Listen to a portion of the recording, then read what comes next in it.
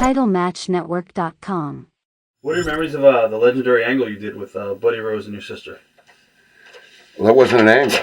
That was a shoot. Really? Yeah. Yeah, he married my sister.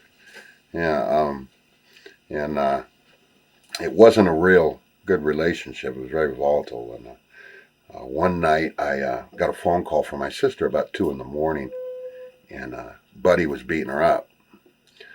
So, and I was working this program with him, about the thing, because he's married my sister. And this was like a Thursday night, and 2 nights later, I'm wrestling Buddy in the main event in a chain match or something. So I jump in my car at 2 a.m. and rush over to his house, and they're fighting out in the front. And I jump out of my car, and my sister takes off into the house, and Buddy takes off after her, and shuts the door behind him, slams the door behind him, and I'm right behind Buddy. And when the door slammed shut, I hit it, and it was almost like a cartoon thing because it came right off the wall. The door just slammed right down.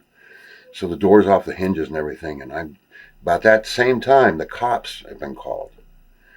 So I grab Buddy, and I'm beating the heck out of Buddy on his fireplace. And so there's 4 or 5 cops standing over me, going, "Matt, let him up, Matt, let him up." It wasn't like it would be today. Right. I'd been tasered, or it would have been chaotic. So they separated us, and then finally they took me to jail. So I spent the night in jail, and so the next night I got this show with Buddy, and they turned away like 2,000 people. The place was packed, and I was there, but Buddy, nobody. He was scared to work with you. He did. He came, but Don Owens was back and forth on the phone. He was a little nervous about it, I'd say. Did you guys work that night? Yeah, we worked. Any problems? No problems. But the finish of the match was I come off the top rope with the chain around my fist, and I nail him, knock him out, and cover him. But when I came off the top of the rope, I actually hit him with one of the links of the chain, and it laid him open underneath his eye. But it was a total accident. Right. But it was kind of ironic because, it was sweet. Any other memories stick out in your head about Portland territory before we move on? It was just I got a lot of great memories. It got wild when Grappler took over the book in the latter days of the territory, and I was living in Texas, and Don would bring me up for 3 weeks at a time, and it was just like crazy. The drugs, the coke. It was way out of hand. Memories of Adrian Adonis. He was a wild man. He was nuts. He was crazy. A lot of people. He was, but for being a big fat guy, he was very athletic. There was a time when I first broke in, Dutch Savage was running a show out for Don Owens, and Dutch wanted Adrian to go out and beat me up in my match, which I didn't know it at the time. That's a shoot? Yeah. Right. Yeah, he wanted Adrian to hurt me. And Adrian went out there, and, he actually tried, but to no avail, When I went out there with him, I started working, and he started shooting with me and trying to take me down, but he couldn't take me down, he couldn't do it. And, I got real nervous because I was real green, and here's this guy trying to shoot with me. But I found out later that, Adrian actually came up and told me that Dutch wanted him to hurt me. But, wow. What was that all about? Dutch and my dad had problems, and it carried on over to me. Right. Memories of Rip Oliver. Rip, when Buddy went to New York for Vince Sr., Rip got the book. Rip didn't have the mind that Buddy had. Rip was a good worker and everything, but Rip used to had some problems with Rip because Rip would go behind my back and tell Don that he didn't want to work with me. And we had some problems. Rip was out for Rip. He surrounded himself with guys that that weren't phenomenal workers, weren't good workers. But I shouldn't even say that. He was just a guy that he was trying to protect his position.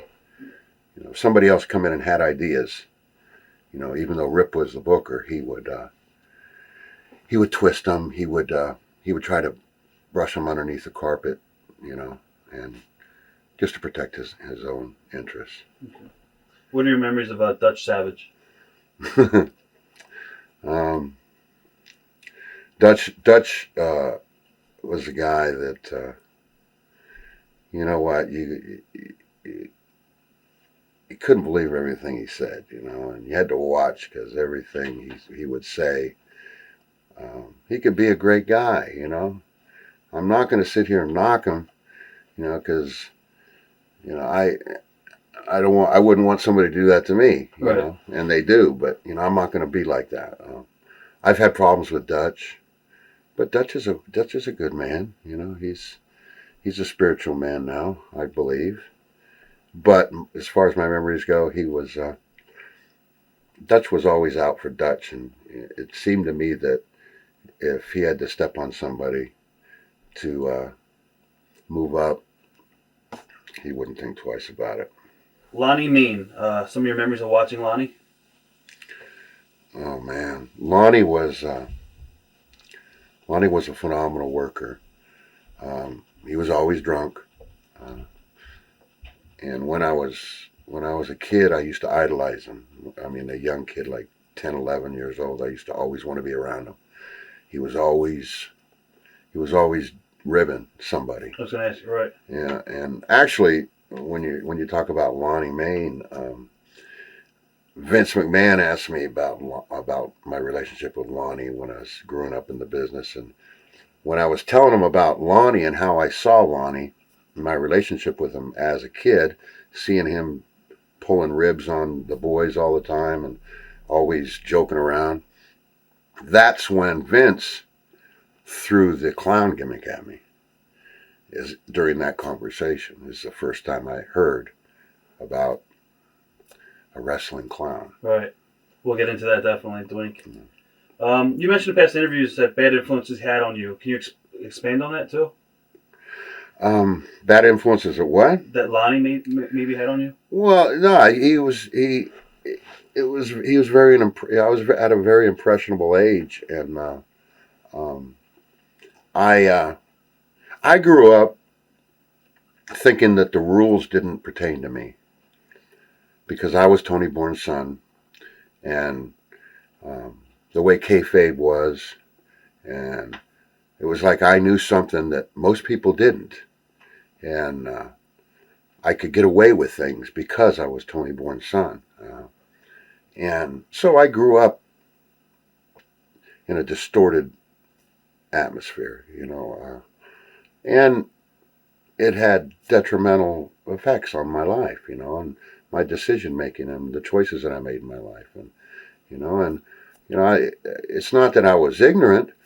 It's not that because I'm not a stupid person, but it was like everything was a party.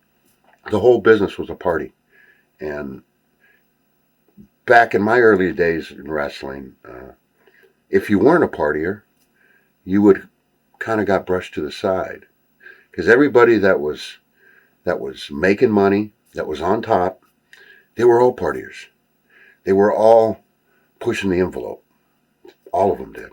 The ones that didn't, the ones that actually had strong norms, strong morals, those guys, it was like they didn't belong in the business.